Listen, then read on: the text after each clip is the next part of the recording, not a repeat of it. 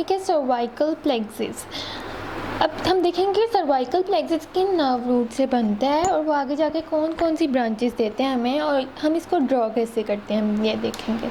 अब सबसे पहले कि सर्वाइकल प्लेक्सिस जो बनता है ना, ये C1, C2, C3 and C4 cervical root से बनता है, सर्वाइकल रूट से। और इसमें C5 की सिर्फ एक कंट्रीब्यूशन आती है, वो भी फेनिक नर्व के लिए, इसलिए उसको हम बेसिकली हम इसमें इन्वॉल्व नहीं करते। इसमें मेन जो है ये 4 ही रूट्स आती हैं, इनके वेंट्रल एमाई से ये बनता है। अब हम देखते हैं कि आगे कौन कौन सी ब्रांचेस कैसे बनती हैं। सबसे पहले हमने क्या करना है, इसको ड्रॉ करने के लिए C1 से एक ब्रांच लेके आएंगे सीधी, जो कि आगे जाके 2 में डिवाइड हो जाएगी। और उसके बाद हमने क्या करना है, C2 से एक ब्रांच लेके आनी है जो कि C1 से कनेक्ट होगी, और यहाँ से C3 इसके साथ मिलेगा। C2 और C3 आपस में मिलके मतलब ये देंगे, और यहाँ से इनकी 3 ब्रांचेस आगे आएंगी। अब क्या होता है कि C2, C3 एंटीरियर साइड पे मिल जाते हैं, तो इनकी पोस्टीरियर साइड से भी इनको एक साइड मिलाना है कि यहाँ से भी ये हम मिला देंगे कि एंटीरियर से मिल रहे हैं तो पोस्टीरियर से भी मिलेंगे। और ये आगे देंगे हमें 3 ब्रांचेस, ये 3 ब्रांचेस इधर से, 3 ब्रांचेस इधर से। और उसके बाद क्या होता है कि अब हम C3 और C4 पे आ जाते हैं। अब C3 C4 क्या करते हैं, ये दोनों मिलते हैं और एक ब्रांच देते हैं। अब ये इस साइड पे मिल रहे हैं तो इस साइड पे भी इनको मिलाना है। C3 भी आया और C4 से आई, लेकिन अब इस साइड पे एक चीज़ की एक्सेप्शन होगी। वो क्या होगी कि C5 रूट से भी एक आएगी जो इनके साथ अटैच होगी, और ये हमारे पास यहाँ पे हमारा सर्वाइकल प्लेक्सिस कंप्लीट हो जाता है ड्रॉ करने के लिए। अब हम देखते हैं कि हमने जो ड्रॉ किया है ये कौन कौन सी ब्रांचेस कौन सी हैं। अब क्या होता है कि सबसे पहले हम देखते हैं कि जो C1 से 2 ब्रांचेस हमने आगे दी थी वो कौन सी थी। वो थी जीनियोहायोइड और थायरोहायोइड।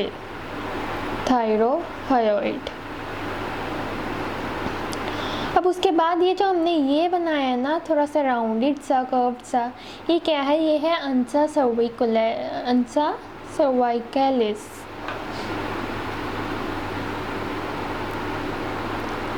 इसकी सुपीरियर रूट जो होती है वो C1 से आती है, और बाकी ये C2 और C3 से इसकी रूट आती है। और ये मिलके फिर आगे 3 ब्रांचेस देता है। वो कौन सी हैं, उन ब्रांचेस को हम ग्रीन से लिखते हैं इधर।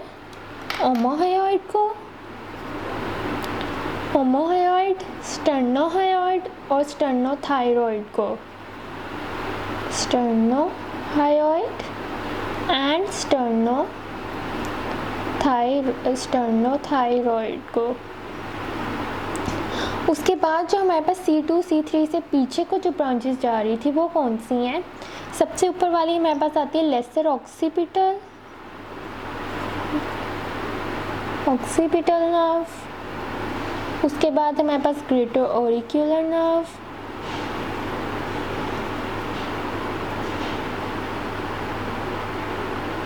और उसके बाद जो सबसे नीचे वाली है वो हमारे पास है ट्रांसवर्स सर्वाइकलिस।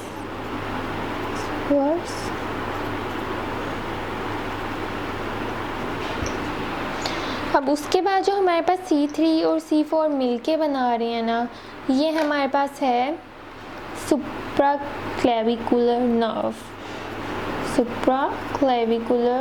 नर्व। और ये जो हमारे पास मेन जो बच गई जिसमें हमने C5 का कंट्रीब्यूशन लिया था वो हमारे पास आ जाती है फ्रेनिक नर्व।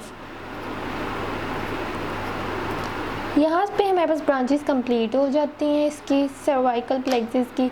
अब क्या होता है कि इन सारों के साथ आपने नर्व भी लगा देना है, लिखा नहीं है मैंने लेकिन ये सारे नर्व्स हैं। अब होता है कि इनके लिए हम क्या निमोनिक यूज़ करेंगे कि हमें ये सारी याद रहें। इसके लिए हमारे पास एक निमोनिक है जो राइट साइड हमारे पास ये वाली है, लेफ़्ट साइड हमारे पास ये वाली है। अब जो राइट साइड के लिए हमारे पास निमोनिक है ना, वो है हमारे पास GT, फिर OSS, एंड द P। अब इसको कैसे याद करना है, इसको या तो आप इसी तरह याद कर लें या फिर इसके लिए एक और आगे निमोनिक है कि इसमें हमारे पास है Susan, saw, game of thrones.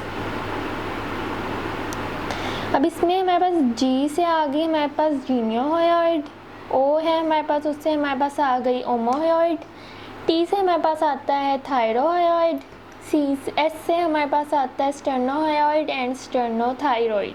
और जो फ्रेनिक नर्व है उसको आप वैसे ही याद कर लें क्योंकि वो तो C5 की वजह से इधर आपने कर लेने की याद दी है। अब जो हमारे पास लेफ़्ट साइड आ गई उसके लिए हमारे पास क्या निमोनिक है, जो लेफ़्ट साइड है हमारे पास उसके लिए हमारे पास निमोनिक है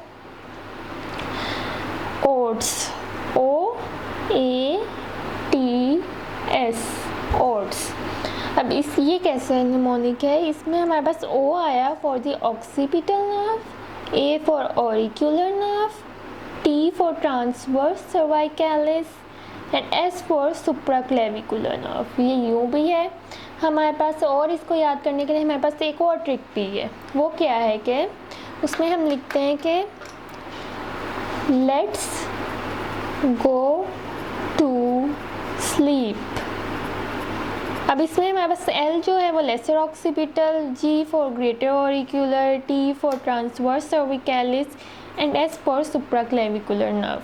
अब इसमें से जो भी आपको सबसे ईजीएस्ट निमोनिक लगे उस निमोनिक से आप इसकी ब्रांचेस को याद कर सकते हैं, इनके नेम्स को, जिससे फिर आगे एग्जाम में ऑब्जेक्टिव में खास तौर पे आपको इसकी नर्व रूट्स बहुत इजीली याद रहती हैं। क्योंकि अगर आपको प्लेक्सिस बनाना आता हो, प्लेक्सिस ड्रॉ करना आता हो, तो आप उधर बैठ के भी अपने माइंड में ड्रॉ करके उसकी नर्व रूट्स निकाल सकते हैं किसी भी नर्व की, और इस तरह से ऑब्जेक्टिव बहुत इजीली सॉल्व हो जाती है अगर इसमें से आई हो।